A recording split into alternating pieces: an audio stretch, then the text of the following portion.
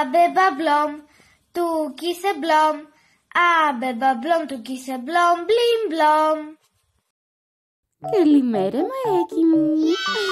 Άγκου, άγκου. Μωράκι, σήμερα είναι Μεγάλη Πέμπτη. Θα πάμε να αγοράσουμε αυγουλάκια, να τα βάψουμε κόκκινα. Έτσι λέει το έθιμο.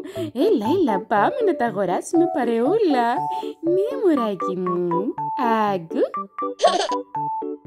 Εδώ τι έχει, φρούτα και λαχανικά όχι, αρτοποίηματα όχι, κρεατικά όχι, νηστεύω. Να τα αυγουλάκια, εδώ είναι.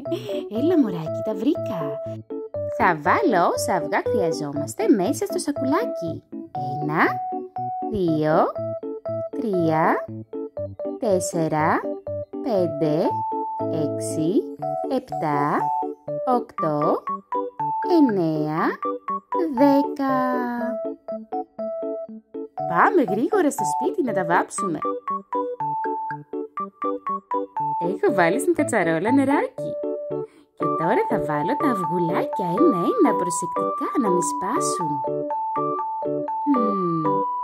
Κοίταξε μωράκι, πώς τα βάζω.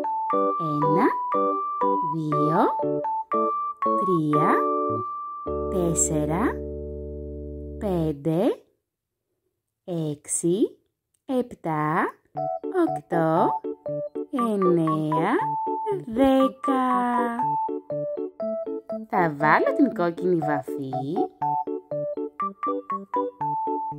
και θα κλείσω την κατσαρόλα. Ανάβω το μάτι και σε λίγο θα είναι έτοιμα τα κόκκινα αυγουλάκια μας. Να τα! Γίνανε πάρα πολύ ωραία, πετυχημένα.